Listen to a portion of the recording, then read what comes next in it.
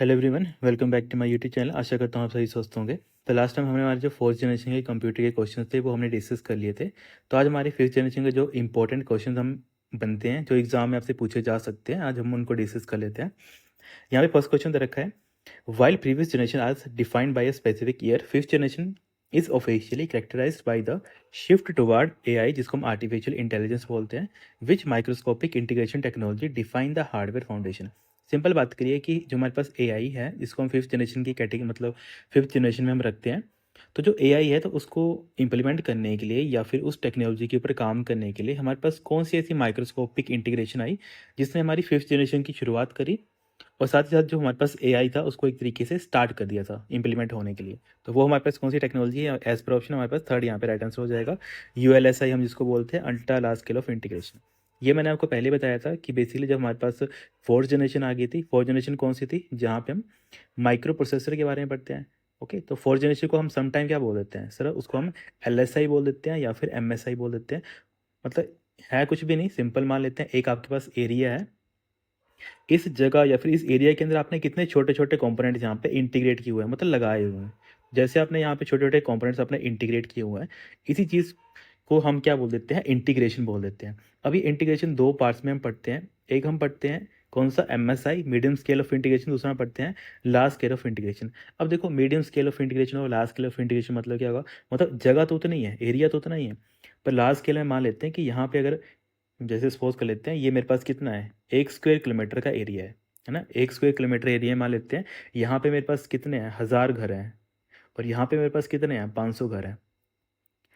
है ना? हो क्या रहा है? बेसिकली वो डिपेंड कर रहा है कि मैंने एक जो किलोमीटर स्क्वायर का एरिया है उसमें 1000 घर बनाए हुए हैं या फिर मैंने वहाँ पे 500 घर बनाए हुए हैं। अब इसी को अगर आप टेक्निकल टर्म में समझना है तो यहाँ पे 500 घर और 100 मतलब 1000 घर की जगह आप क्या समझ सकते हो? यहाँ पे आपने क्या लगाया? यहाँ पे इतने छोटे छोटे कंपोनेंट्स लगाए हैं। एक छोटे से एरिया के अंदर आपने कितने कंपोनेंट्स लगाए हैं, उसके बिहाफ पे क्या कर दिया? इनको आगे करेक्टराइज कर दिया या फिर क्लासीफाई कर दिया हुआ है।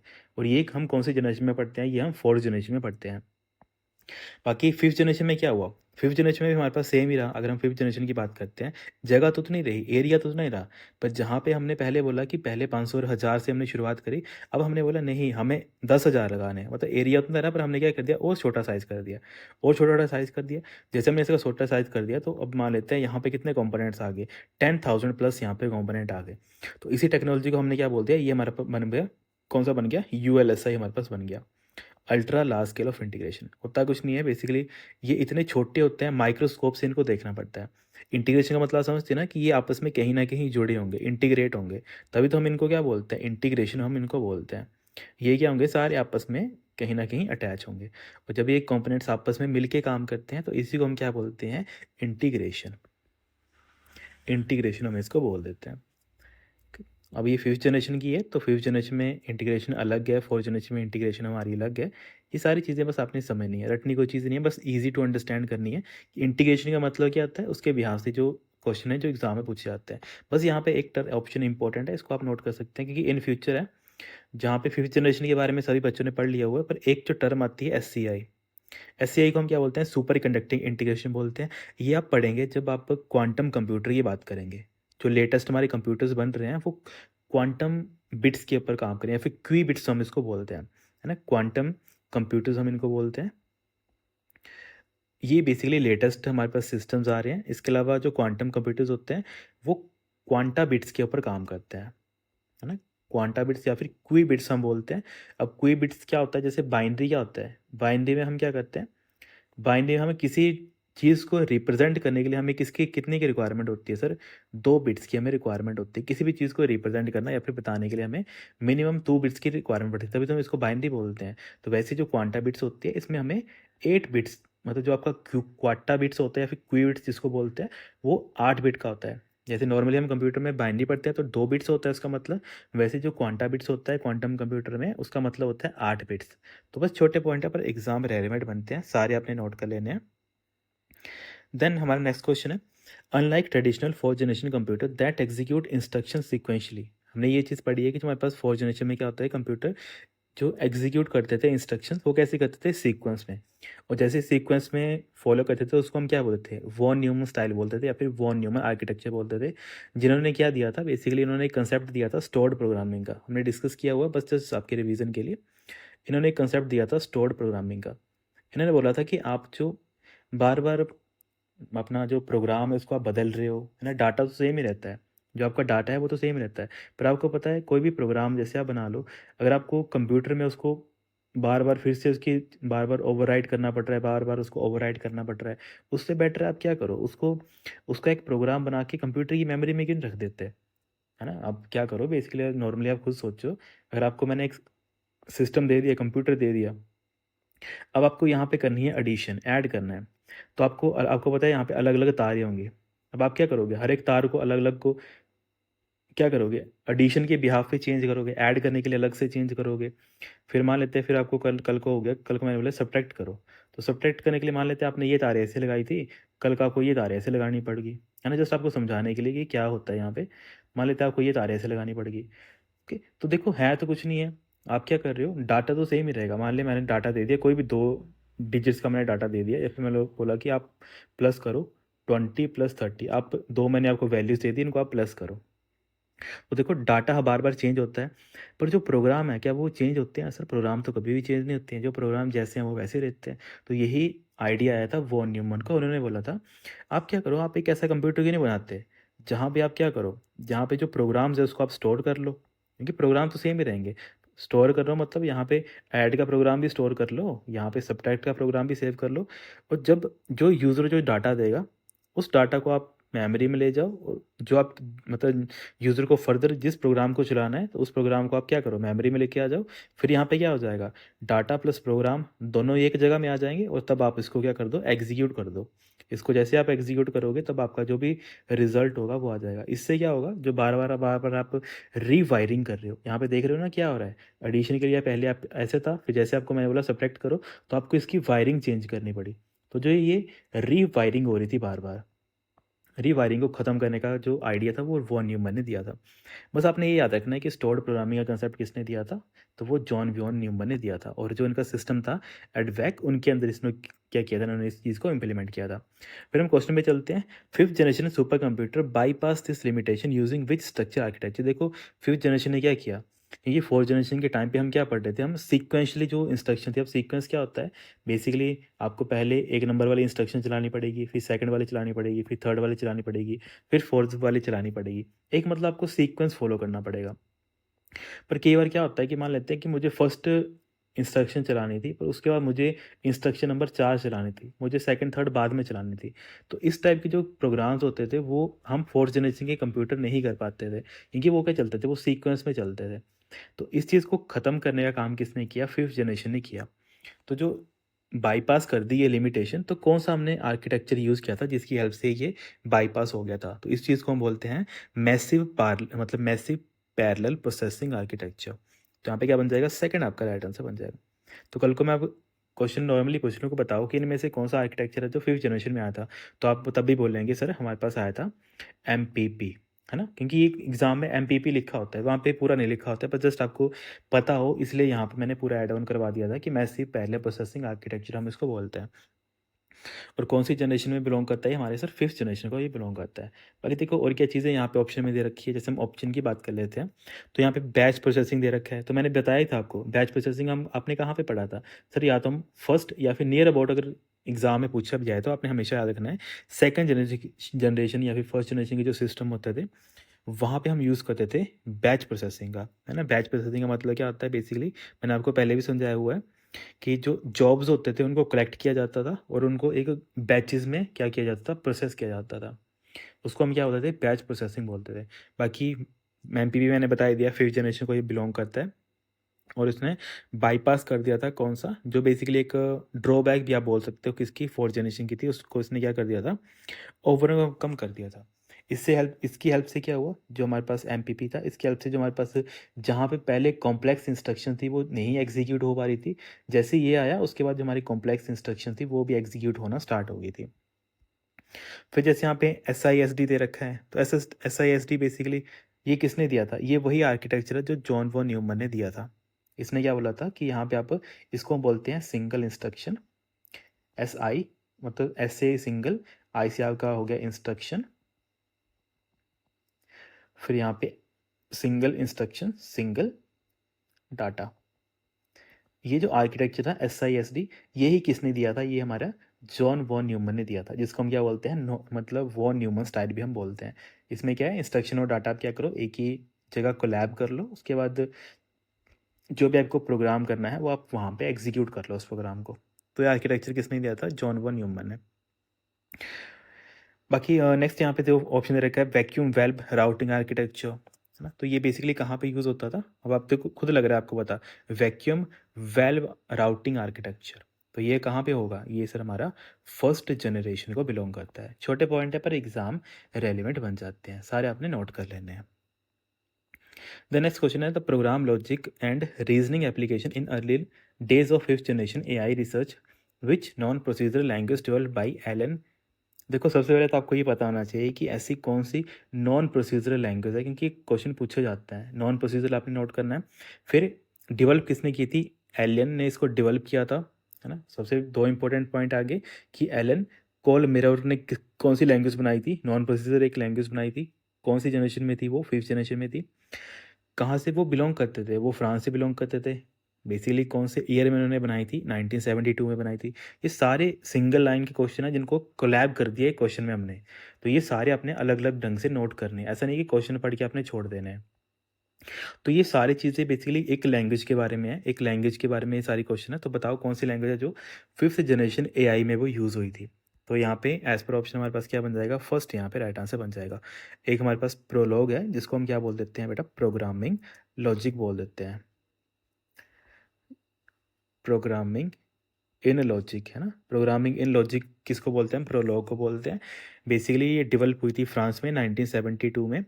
और ये बेसिकली आपने याद रखना है कि जो एक ऐसी लैंग्वेज थी जो एक फॉर्मर लॉजिक के ऊपर काम करती थी। और जो लॉजिक होते थे, जैसे आप AI वगैरह पढ़ते हैं ना, AI भी क्या करता है? वो भी आपके लॉजिक को अंडरस्टैंड करने का काम करता है ना। तो ये प्रोग्रामिंग लॉजिक की जो लैंग्वेज थी, जो AI में उस टाइम पे रिसर्च में यूज़ हो रही थी, तो उस लैंग्वेज को आपने याद रखना है। किसने बनाया था वो भी आपने याद रखना है। एलन के द्वारा इसको बनाया गया था। बाकी देखो फोर्ट्रन, फोर्ट्रन आपने हम सभी ने पढ़ा हुआ है कि सर हाई मतलब एक हाई लेवल प्रोसीजर लैंग्वेज है एक। ये हमारे पास कौन सी लैंग्वेज है? प्रोसीजर लैंग्वेज है। ये करती है कोई ना कोई प्रोसीजर फॉलो करती है, तभी हम इसको क्या बोलते हैं? प्रोसीजर लैंग्वेज बोल देते हैं। बाकी फोर्ट्रन में आपको बताया था, ये हमारे पास क्या है? हाई लेवल लैंग्वेज, मतलब हाई लेवल प्रोसीजर लैंग्वेज इसको हम बोलते हैं, है ना। और ये कहाँ पे यूज़ की जाती है? देखो फार्मूला ट्रांसलेशन, एक तो फुल फॉर्म जो पूछी जाती है, फार्मूला ट्रांसलेशन हम इसको बोल देते हैं। सारे पॉइंट डिस्कस किए हुए हैं। बाकी जो हमारे पास फोर्ट्रन है, इसका क्वेश्चन पूछा आता है कि ऐसी कौन सी लैंग्वेज है जो हम यूज़ करते हैं साइंटिफिक एंड इंजीनियरिंग कैलकुलेशन में, तो वो फोर्ट्रन आती है। तो बस आप ऐसे नोट कर सकते हो कि जो भी साइंटिफिक हैं या फिर हमारे पास जो इंजीनियरिंग के जितने भी हमारे पास कैलकुलेशंस थी, ओके, उनको इवेल्युएट करना या फिर उनको निकालने के लिए हम कौन सी लैंग्वेज का यूज़ करते थे? उसके लिए सर हम फोर्ट्रन लैंग्वेज का यूज़ करते थे। फिर जैसे यहाँ पे कोबोल दे रखा है ना, तो कोबोल के बारे में हमने पढ़ा हुआ है। इसको हम क्या बोलते हैं? कॉमन बिजनेस ओरिएंटेड लैंग्वेज हम बोलते हैं। ये किसके लिए हमें बनाई थी? ये सर हमने जो बिजनेस होते थे उसके लिए हमने इस लैंग्वेज को डेवलप किया था, है ना। बिजनेस में क्या क्या चीज़ें थी जिसके लिए हमने इसको बनाया था? पूछ लिया जाए तो आप बोलेंगे सर जो भी फाइनेंस से रिलेटेड जो बिजनेस होते थे या फिर जो भी हमारे पास एडमिनिस्ट्रेटिव बिजनेस होते थे, उनके लिए हमने एक अलग से स्पेशल प्रोग्रामिंग लैंग्वेज बनाई थी, कोबोल जिसका नाम है ना। तो ये सारे पॉइंट कहीं ना कहीं एग्जाम में पूछे गए हैं। बाकी कोबोल की फुल फॉर्म भी मैंने बताई थी, है ना। कॉमन बिजनेस ओरिएंटेड लैंग्वेज हम इसको बोलते हैं। चलो एक लिए आपके लिए एक होमवर्क रहेगा छोटा सा। कोबोल कौन से ईयर में ये फाउंड हुआ है? सेकंड फाउंडर कौन थे? मुझे पता है आप सभी ने पहले भी इसका राइट आंसर दिया है, जिन्होंने नहीं दिया है काइंडली वो भी इसका राइट आंसर दें, क्योंकि जितनी बार आप इसको रिवाइज करेंगे उतनी बार आपको ये सारी चीज़ें याद रहेंगी। बाकी पास्कल, है ना। पास्कल का आपको पता ही है, पास्कल एक प्रोसीजर लैंग्वेज है। ये भी हमारे पास क्या है? प्रोसीजरल लैंग्वेज है ना। बाकी देखो पास्कल के बारे में और क्या चीज़ पूछी जाती है कि ऐसी कौन सी प्रोग्रामिंग लैंग्वेज है जो डिज़ाइन की गई थी teaching programming practices and structured programming. Basically मान लेते हैं जैसे हम टीचर हैं, है ना, हमें आपको कोई प्रोग्रामिंग लैंग्वेज सिखानी है, तो हिस्ट्री के कॉन्टेक्स्ट में जैसे आप देखेंगे तो हिस्ट्री के कॉन्टेक्स्ट में एक लैंग्वेज आई थी पास्कल लैंग्वेज। तो आप इसको नोट कर लेंगे, ये हमारे पास क्या थी सर?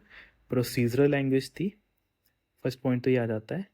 सेकंड पॉइंट ये आ जाता है कि ये बेसिकली यूज़ किसके लिए यूज़ की जाती थी कि टीचिंग प्रोग्रामिंग प्रैक्टिसेस, कि अगर हमें प्रोग्रामिंग प्रैक्टिस आपको टीच करनी है या फिर बताना है कि प्रोग्राम होता क्या है, कैसे हम उसको यूज़ करते हैं, है ना, क्या क्या उसकी मतलब खूबियाँ होती हैं, कैसे हमें किसी प्रोग्राम को कैसे यूटिलाइज़ करना है या फिर कैसे उसको बनाना है, वो सारी चीज़ें बताई जाती थी बेसिकली पास्कल लैंग्वेज की हेल्प से। तो तभी हम इसको क्या बोलते हैं, टीचिंग प्रोग्रामिंग प्रैक्टिस के लिए हम क्या करते हैं, इसको यूज़ करते थे। और ये किस टाइप की लैंग्वेज आती थी, हमारे पास स्ट्रक्चर्ड लैंग्वेज आती थी, कि इसको लिखने का अपना एक तरीका होता है, स्ट्रक्चर होता है ना। जैसे आप नॉर्मली आपको बोलूँ तो आप कोई प्रोग्राम आपको लिखना होगा, जैसे आप सी में लिखते हो तो सी प्रोग्राम लिखने के लिए सिंपली हम बोलते हैं कि सी प्रोग्राम में हमेशा मेन फंक्शन होना चाहिए। देखिए मेन फंक्शन क्या एक स्ट्रक्चर है कि इसके अंदर जो भी आपने कोड लिखा होगा वही कोड चलेगा, वही क्या होगा स्टार्टिंग पॉइंट होगा कोड को चलने का। तो ये क्या है, इसका एक स्ट्रक्चर है कि आप कोई कोड है उसको कैसे लिखते हैं। तो उसी टाइप की जो सबसे पहले बच्चों के लिए बनाई गई थी समझाने के लिए, तो वो पास्कल थी। तो काफ़ी बार पूछी गई है एग्जाम में, इनको आप नोट कर लेंगे, छोटे छोटे पॉइंट्स हैं। देन नेक्स्ट क्वेश्चन है, in modern fifth generation data science machine learning AI application developed which highly readable language created by Guido van Rossum in 1991। अब देखो इसके बारे में अब बच्चों को लग गया होता कि गार्डियो वैन रसम ने कौन सी लैंग्वेज बनाई थी। बाकी stand as a undisputed dominant standard. Okay, तो ये कौन सी लैंग्वेज बन जाएगी सर, हमारे पास यहाँ पे पाइथन यहाँ पे राइट आंसर बन जाएगा, क्योंकि यहाँ पे आपने खुद ही बता दिया कि एक ऐसी लैंग्वेज है जो डाटा साइंस में यूज़ होती है। अब देखो क्या क्या टर्म्स है जो आपने नोट करनी है, क्योंकि ये सारी चीज़ें तभी मैंने क्वेश्चन में ऐड की हैं, क्योंकि आपको पता होना चाहिए कि जो पाइथन लैंग्वेज है वो कहाँ कहाँ पे यूज़ होती है, डाटा साइंस में यूज़ होती है, मशीन लर्निंग में वो यूज़ होती है, बाकी AI की जितनी भी एप्लीकेशन बन रही हैं उसमें भी कौन सी लैंग्वेज का यूज़ किया जा रहा है, पाइथन का ही यूज़ किया जा रहा है। छोटे पॉइंट है पर एग्जाम रेलिवेंट सारे पॉइंट है।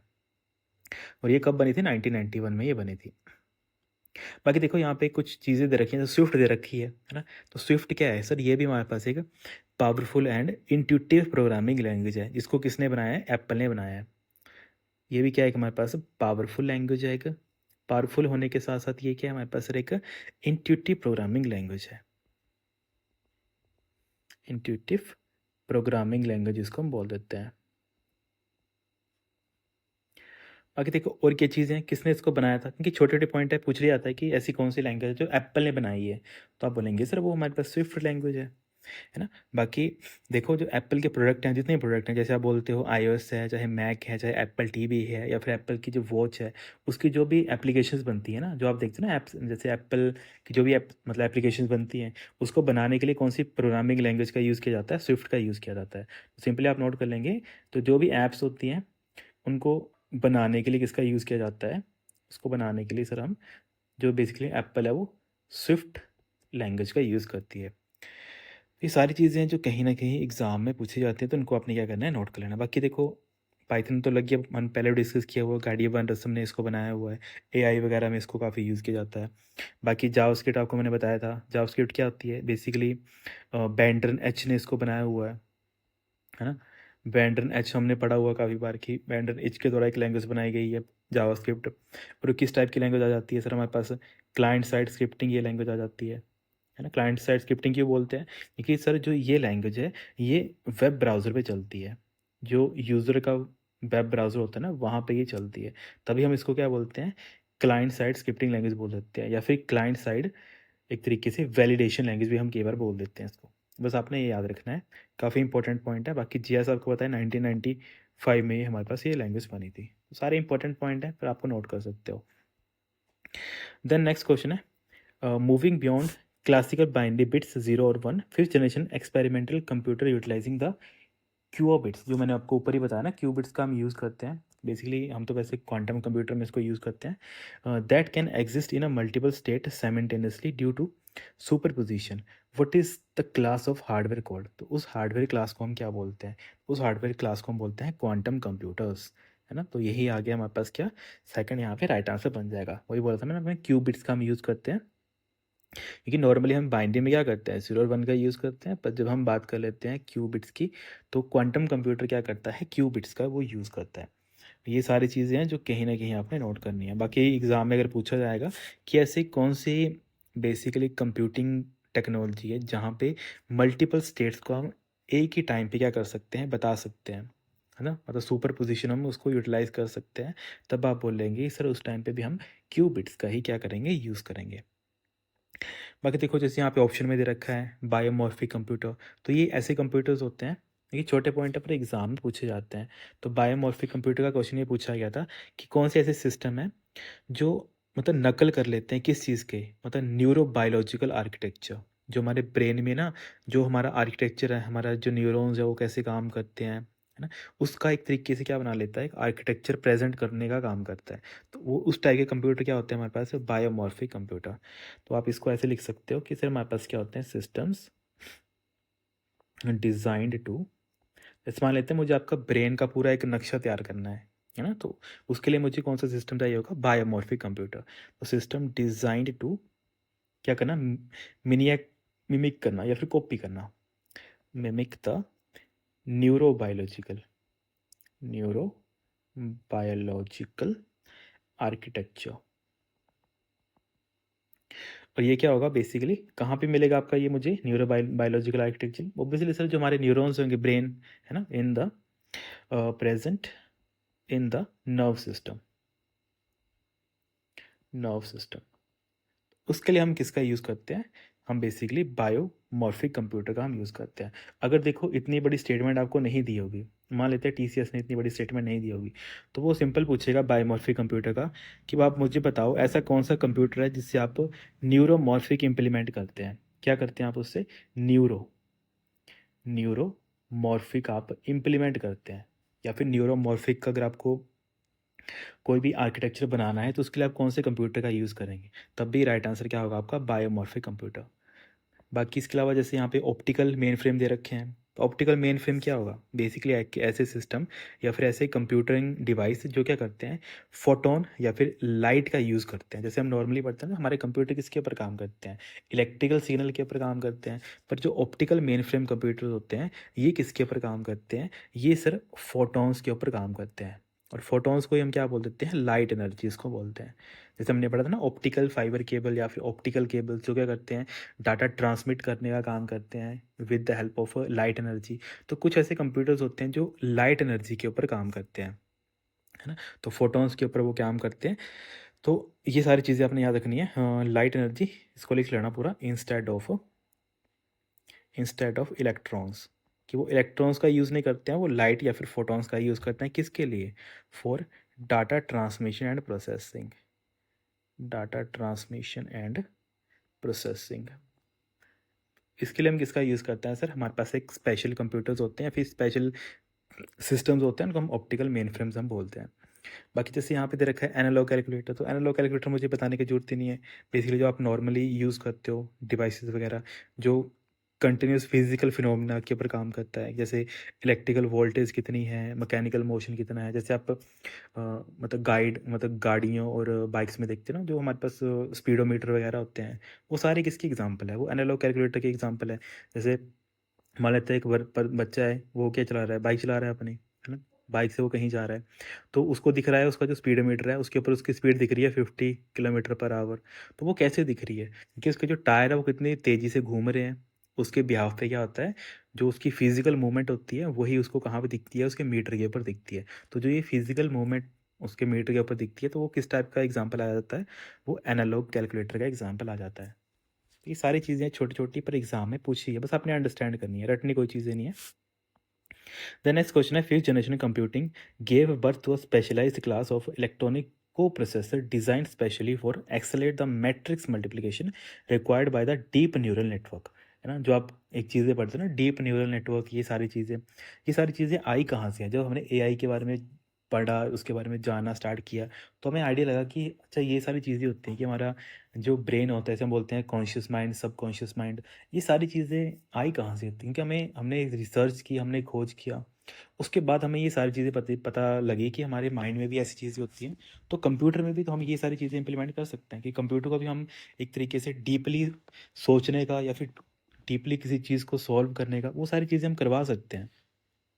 तो ये सारा आइडिया बेसिकली आया, तो कब आया, बट आर दीज चिप, तो जो ये सारी चीज़ें हमने इम्प्लीमेंट करी, तो कौन से चिप थी जिसकी हेल्प से हमने ये सारी चीज़ें इम्प्लीमेंट की, तो इसको हम बोलते हैं टीपीयू या फिर एनपीयू चिप्स।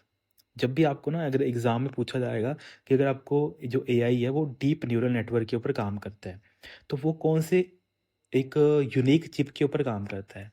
तो आप बोलेंगे कि सर जो हमारे पास ऐसे कंप्यूटर हैं, फिर अगर आजकल जो लेटेस्ट या फिर महँगे मोबाइल होंगे ना, तो अगर उनके भी चिपसेट में जैसे बोलते हैं ना एआई इनबिल्ट आ रहा है सिस्टम में, तो वो क्यों आ रहा होगा? क्योंकि जो उनका सिस्टम उन्होंने बनाया होगा, उन्होंने क्या किया होगा, एक कंपोनेंट लगाया होगा उसमें। एक कंपोनेंट कौन-सा लगाया होगा जिसको बोला जाता है टीपीयू यूनिट। टीपीयू या फिर कई बार उसको एनपीयू यूनिट भी बोल दिया जाता है।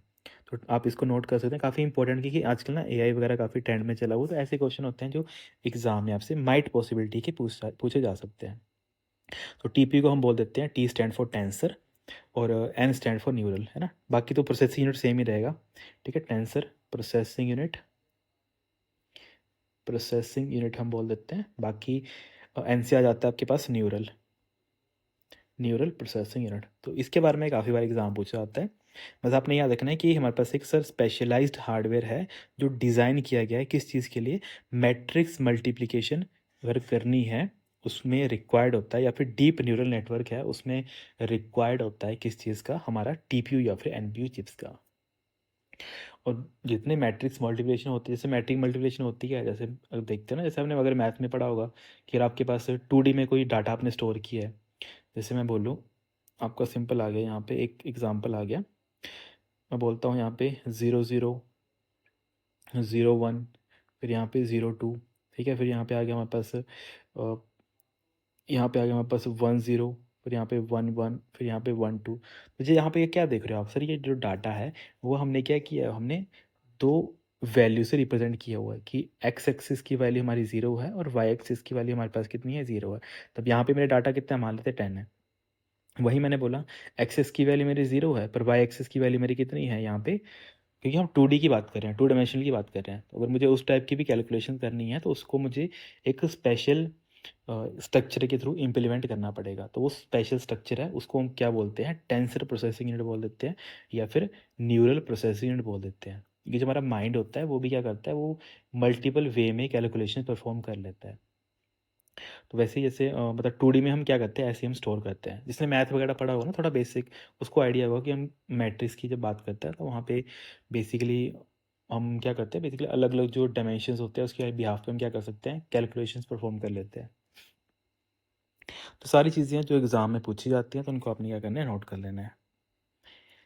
बाकी नेक्स्ट क्वेश्चन है, which modern computer language designed by Jeff Bezanson, इसके अलावा Stefan Karpinski and Viral M Shah और एलन एल्डिमन इन 2012। अब ये लेटेस्ट क्वेश्चन इसीलिए ऐड किया गया क्योंकि आपको ये सारे ऑप्शन याद रखने हैं, क्योंकि एग्ज़ाम में अगर पूछा जाएगा कि ऐसी कौन सी लैंग्वेज है जो लेटेस्ट ही बनी है, 2012 में ही बनी है ना, और ये क्यों यूज़ की जाती है, basically was build specially to match the speed of C, जो हमारे पास सी लैंग्वेज थी उसकी स्पीड को मैच करने के लिए, with the mathematical usability of Python.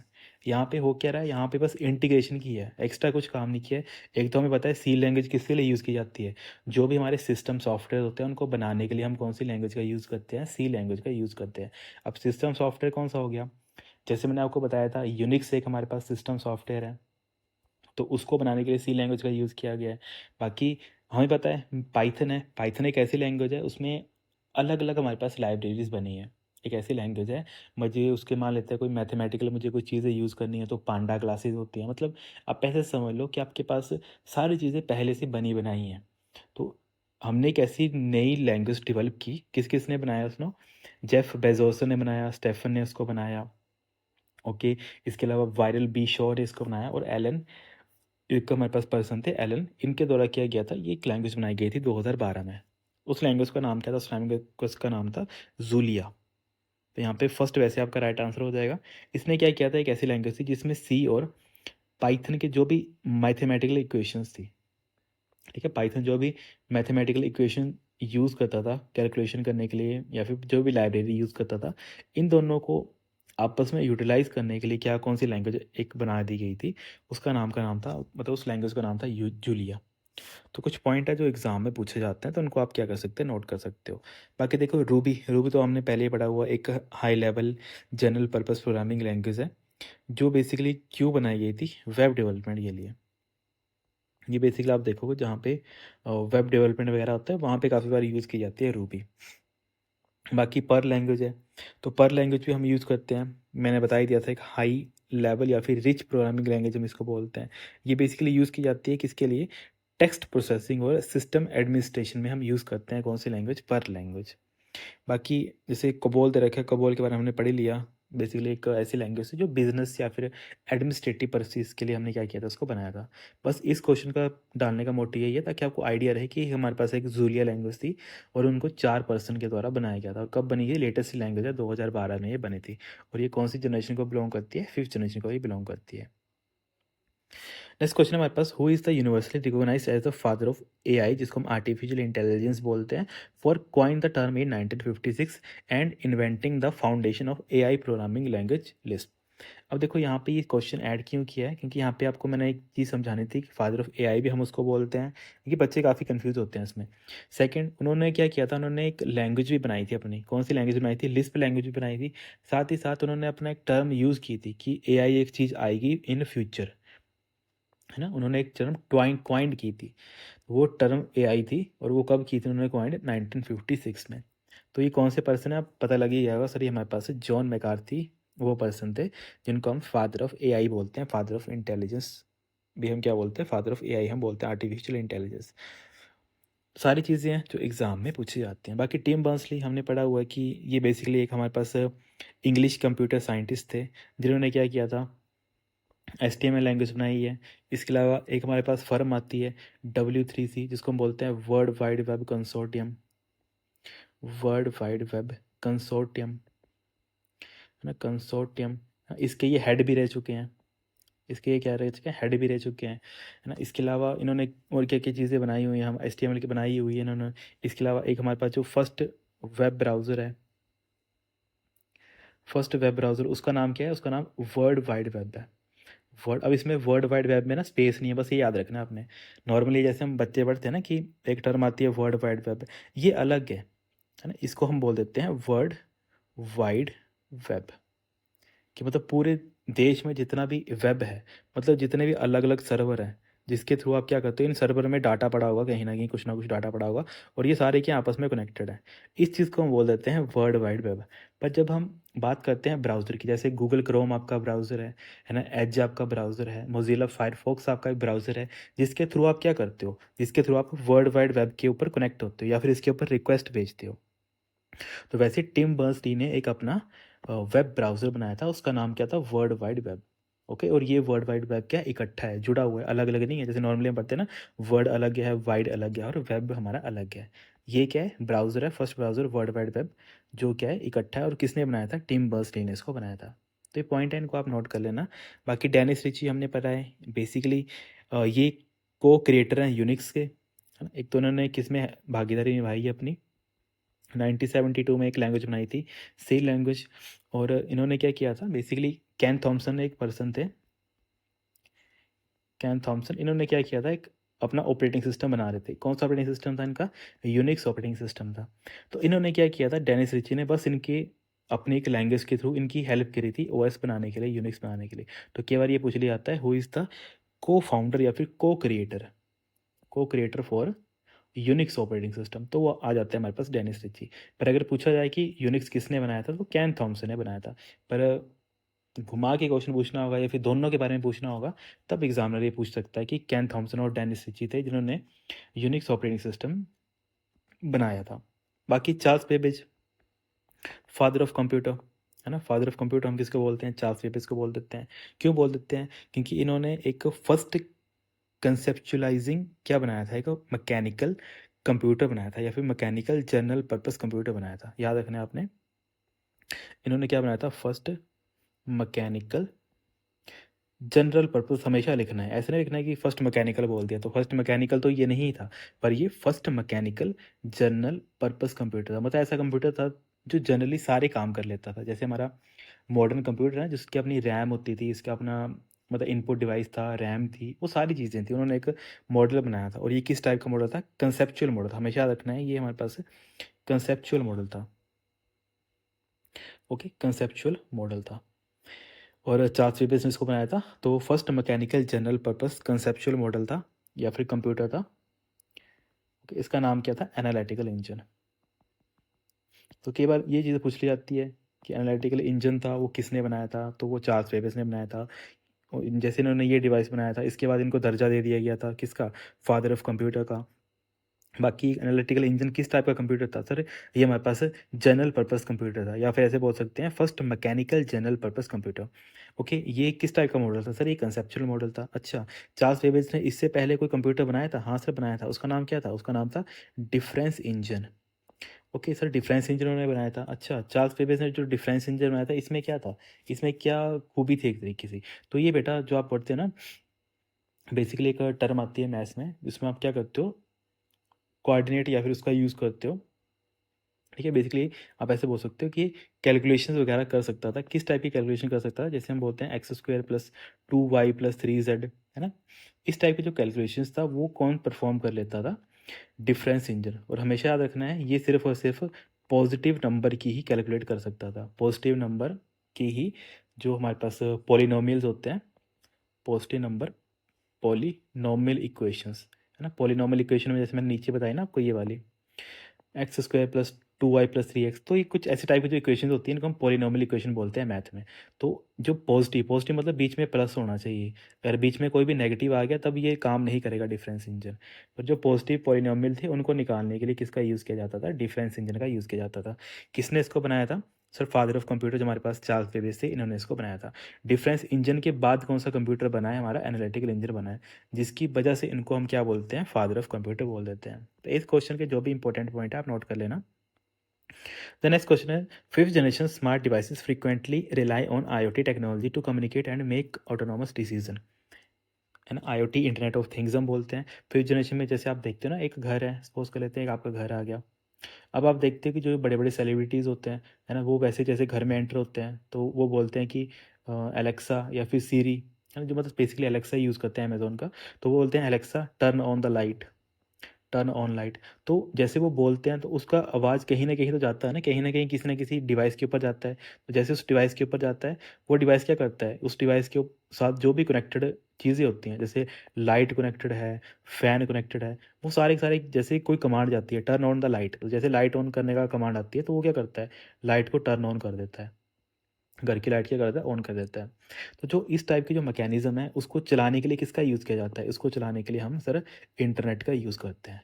तो तभी हम बोलते हैं कि जो डिवाइसेस इंटरनेट के ऊपर हैं, है ना, जो भी डिवाइसेस मतलब इंटरनेट ऑन या फिर internet of things, internet of things की जो भी डिवाइस जो इंटरनेट के ऊपर है, उनको आप क्या कर सकते हो, उनको आप विद द हेल्प ऑफ, जैसे वॉइस आप कमांड देते हो, आप वॉइस से कमांड दो, वो कमांड जाएगी सेंसर के पास। सेंसर जो भी आपका जो आपने चीज़ बोली होगी, इनपुट बोली होगी, उसको समझेगा, डिकोड करेगा। डिकोड करने के बाद जो भी आपने बोला होगा उसके बिहाफ पे वो एक्शन परफॉर्म करके दे देगा। जैसे हमने लाइट ऑन करने के लिए बोला तो उसने क्या कर दिया, लाइट ऑन कर दी। जैसे आप बोलोगे कि फ़ैन ऑन कर दो तो वो फ़ैन ऑन कर देगा। जैसे आप बोलोगे कि फ़ैन ऑफ कर दो तो वो फ़ैन ऑफ कर देगा। मतलब ये सारे डिवाइसेस भी कैसे होने चाहिए, बस हमेशा याद रखना है कि ये सारे डिवाइसेस भी ऐसे होने चाहिए जो इंटरनेट के साथ कनेक्ट हो पाएँ। इंटरनेट के साथ क्या हो पाए, कनेक्ट हो पाए, तभी तो हम इसको क्या बोलते हैं, इंटरनेट ऑफ थिंग्स। ये सारी चीज़ें ऐसी हैं जो इंटरनेट के थ्रू आपस में क्या है, कनेक्टेड है। इनको चलाने के लिए क्या चाहिए, आपको इंटरनेट की ज़रूरत पड़ेगी। अब यहाँ पे क्वेश्चन में आ जाते हैं, यहाँ पे लिखा है कि जो स्मार्ट डिवाइसेज हैं जिनको हम आईओटी टेक्नोलॉजी के ऊपर बेस बोलते हैं, वो क्या करते हैं, ऑटोमेटिकली डिसीजन भी ले लेते हैं कि कब आपको, जैसे नॉर्मली एग्जांपल लेते हैं, जैसा आजकल जो स्मार्ट मतलब एसी वगैरह आते हैं, वो भी कैसे काम करते हैं, जो आपका टेम्परेचर है वो क्या करते हैं, मेंटेन रखते हैं। जैसे गर्मी बढ़ेगी तो ऑटोमेटिकली वो टेम्परेचर अपना डाउन कर लेंगे, है ना। और जैसे ही मतलब ठंड होता रहेगा, ठंडा होता रहेगा मौसम, तो ऑटोमेटिकली वो एक मतलब बैलेंस टेम्परेचर रखने का वो काम करेंगे। तो वो ऑटोमेटिकली जो डिसीजन कर पाते हैं। तो वो सारी टेक्नोलॉजी कौन सी आ जाती है हमारे पास, आईओटी आ जाती है। तो आईओटी की फुल फॉर्म पूछिए तो क्या बन जाएगा, इंटरनेट ऑफ थिंग्स, यहाँ पे राइट आंसर बन जाएगा। तो छोटे पॉइंट पर एग्ज़ाम रेलिवेंट बन जाते हैं। बाकी पूछा जाए कि जो जो फिजिकल ऑब्जेक्ट्स होते हैं वो बेसिकली अलग अलग सेंसर का यूज़ करते हैं, और जो सॉफ्टवेयर होता है, सॉफ्टवेयर के थ्रू क्या किया जाता है, हम उनसे कम्युनिकेट करते हैं। The next question is, the fifth generation wearable electronics and mobile technology, which physical component allow devices to track orientation, step count and free fall detection by measuring the non gravitational axis। तो इसके लिए हम किसका use करते हैं, accelerometer का हम use करते हैं। क्योंकि क्वेश्चन में यहाँ में लिखा है कि ऐसे जो डिवाइस है, मोबाइल डिवाइस से वो काम करता है और ये क्या करता है बेसिकली एक ऐसा फिज़िकल कंपोनेंट है जो अलाउ करता है device to track the orientation कि कितना आप ओरिएंटेशन कर रहे हो, कितना आपका जो स्टेप्स हैं वो कितने आपने चले हुए हैं, 1 दिन में कितने चले हुए हैं। बाकी फ्री फॉल डिटेंशन को भी वो मेज़र करता है ना? या फिर सिंपली इसको बोल लें कि वो नॉन ग्रेविटेशनल एक्सेलरेशन को मेज़र करता है। उसको हम क्या बोलते हैं? एक्सेलेरोमीटर हम बोलते हैं। जैसे आप देखते हैं ना, जैसे मोबाइल में भी आता है कि आपका स्टेप काउंट कितना है, कि आप 1 दिन में कितने स्टेप चले हो। जैसे आपने 1000 स्टेप चले हो, तो वो कैसे लगता है पता? वो आपके मूवमेंट से लगता है पता। जैसे आप अपने मोबाइल रखा हो, चाहे आपने हाथ में रखा हो, चाहे आपने जेब में रखा हो, तो जैसे आप चलते हो तो आप कोई ना कोई मूवमेंट करते हो। जैसे आप मूवमेंट करते हो तो वो मूवमेंट क्या की जाती है, with the help of accelerometer वो ट्रैक होती है। जैसे वो ट्रैक होती है तो वो बताता रहता है कि आपने अभी 813 कर लिए स्टेप, फिर आपने 515 स्टेप करे, मतलब जितने भी स्टेप आप करते हो तो उतने वो वहाँ पे आपको ट्रैक करके बता देता है। इसके अलावा एक्सेलेरोमीटर और क्या काम करता है?